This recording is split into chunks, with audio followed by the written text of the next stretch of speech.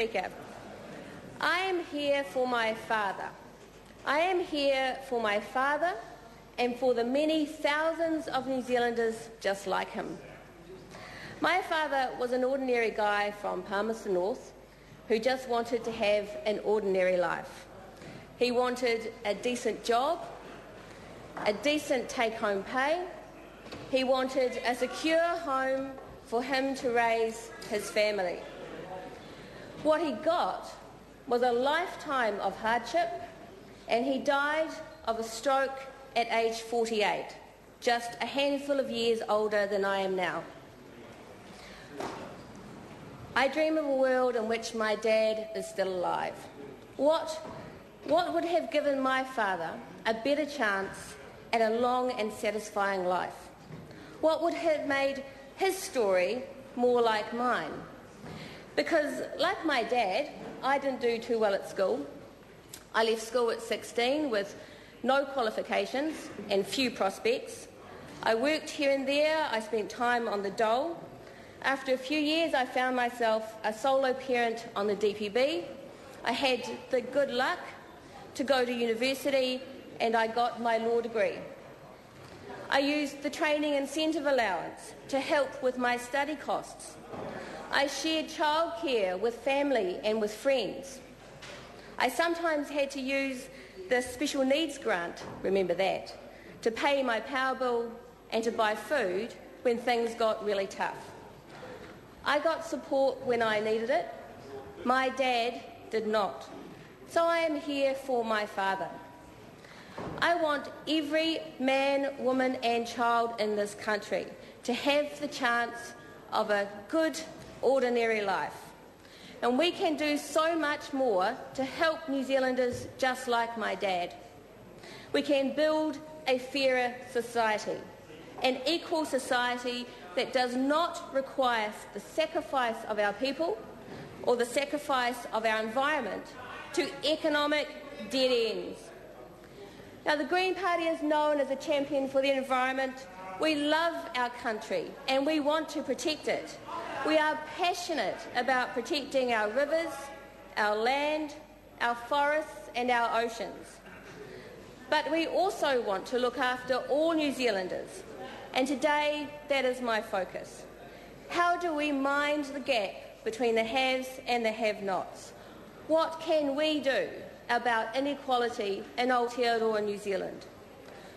Well, the first thing that we can do is make sure that everyone gets a fair go at decent work with a living wage. My dad was a labourer all his life. He worked on farms, he worked in orchards, he shot deer, he worked in a bread factory, but in the 1980s, the work dried up. There were 300,000 people unemployed just like him. And as time went on, it became harder and harder for a 40-year-old working-class Māori man to find work. Poverty took everything from my dad, including his home. And here we are, just a couple of decades later, with 156,000 New Zealanders unemployed, 100,000 New Zealanders underemployed, 180,000 New Zealanders working at or near the minimum wage. The economic reforms of the 1980s failed my dad, and those same ideas, those same plans are now failing our children and grandchildren. We have hundreds of thousands of New Zealanders struggling to survive just like my father did. Wage growth has kept up with the rising cost of living. John Key talked about that. But that is only good news for those who still have their jobs. John Key's talk simply hides what is actually happening to families today. His government is not protecting families from the rising cost of living. Unemployment has increased by 50% since John Key took office, just a few short years. These families are falling behind the fastest, unable to find jobs while having to meet the rising cost of fuel and food. And the government's answer to job losses in the private sector has been to cut jobs in the public sector.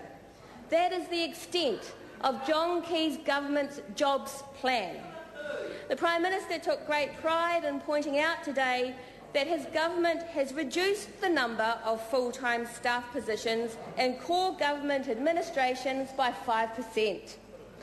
In reality, many of the workers that John Key boasts about sacking will be driven to the wall.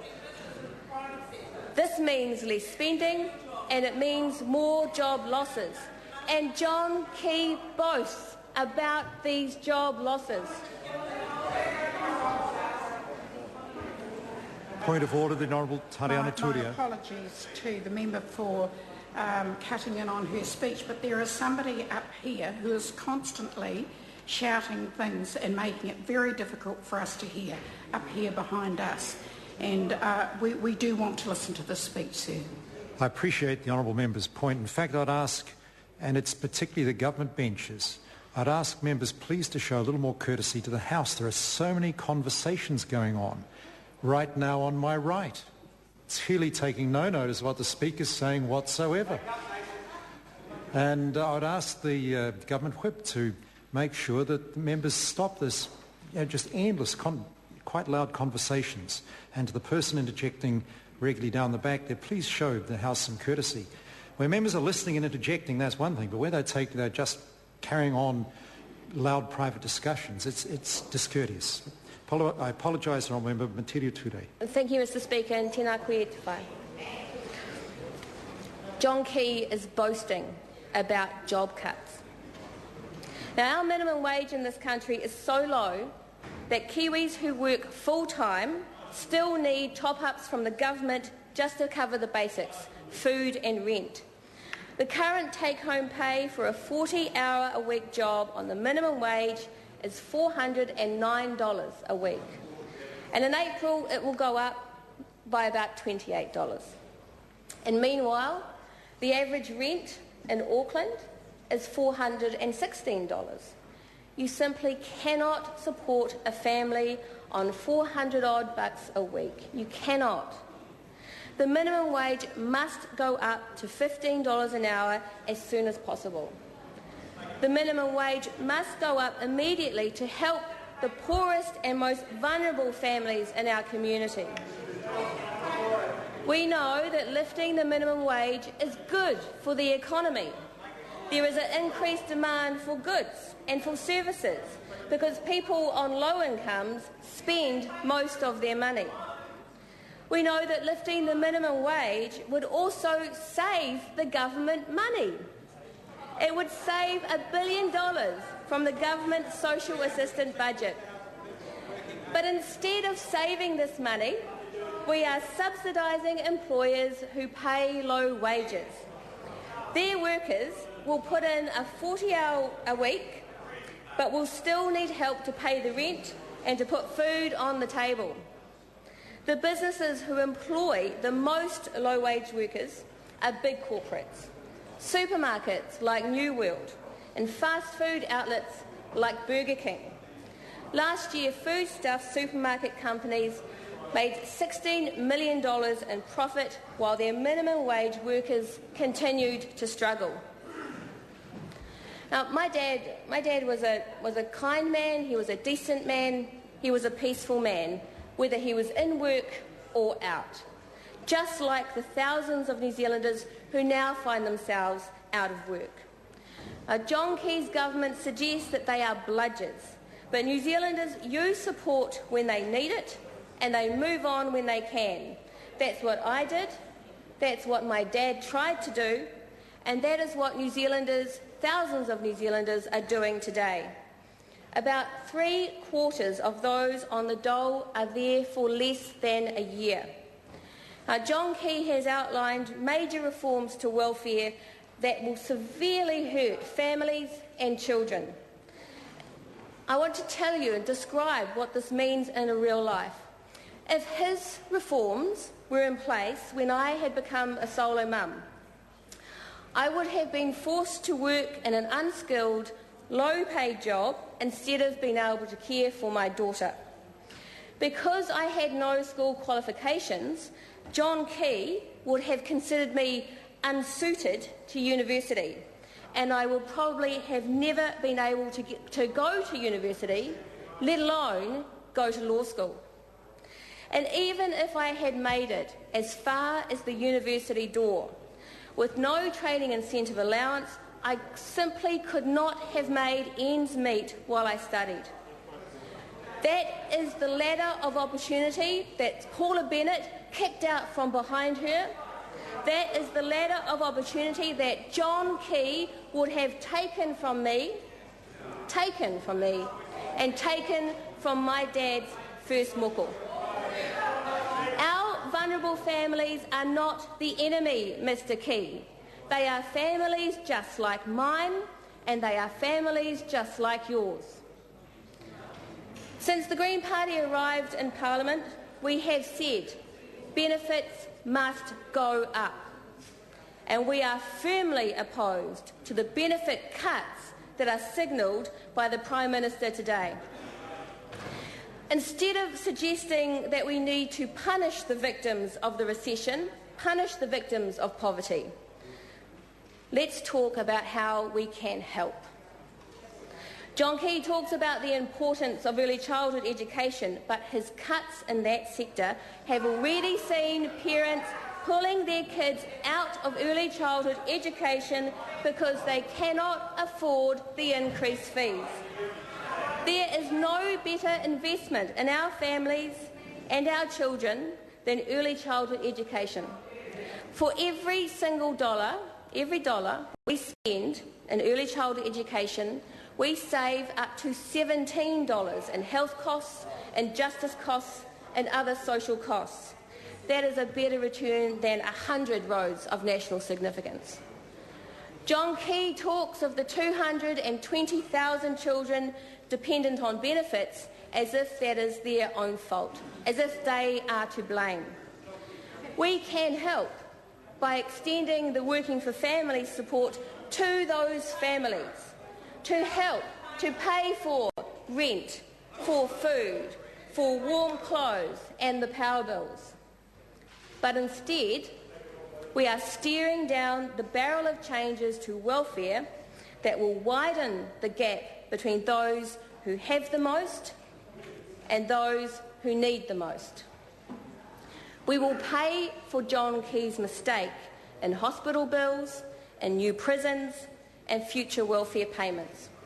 We will pay for John Key's mistake in the lives we will lose to poverty. Growing up, one of the challenges that my parents faced was finding us a decent place to live. When my parents went out looking for a house to rent, they always would send my mother. My mother is Pākehā, and if my father went with her, we would not get the house because he was Māori. One time, when we were very small, my mother had managed to find us a good house. But over the next few days, the landlord came to visit and he met my dad. And within the week, we had an eviction notice. We moved from that house into our car and we lived in our car for a period until we could then find another home. We moved out into a house in the country, and my family, we lived in a lot of old country houses because my dad could work on the surrounding farms and those houses were very cheap. Housing remains a serious, a critical problem in this country. We have more than 10,000 families on the waiting list for a state home. We have exceptionally high rents. We have poor quality rental properties. We have severe overcrowding. We have third world rates of rheumatic fever that comes from that overcrowding and that costs our health system some $10 million a year. Poor housing costs lives, the lives of men and women in their prime. The Green Party has long said that a comprehensive state house building program to increase the stock of state houses by 6,000 over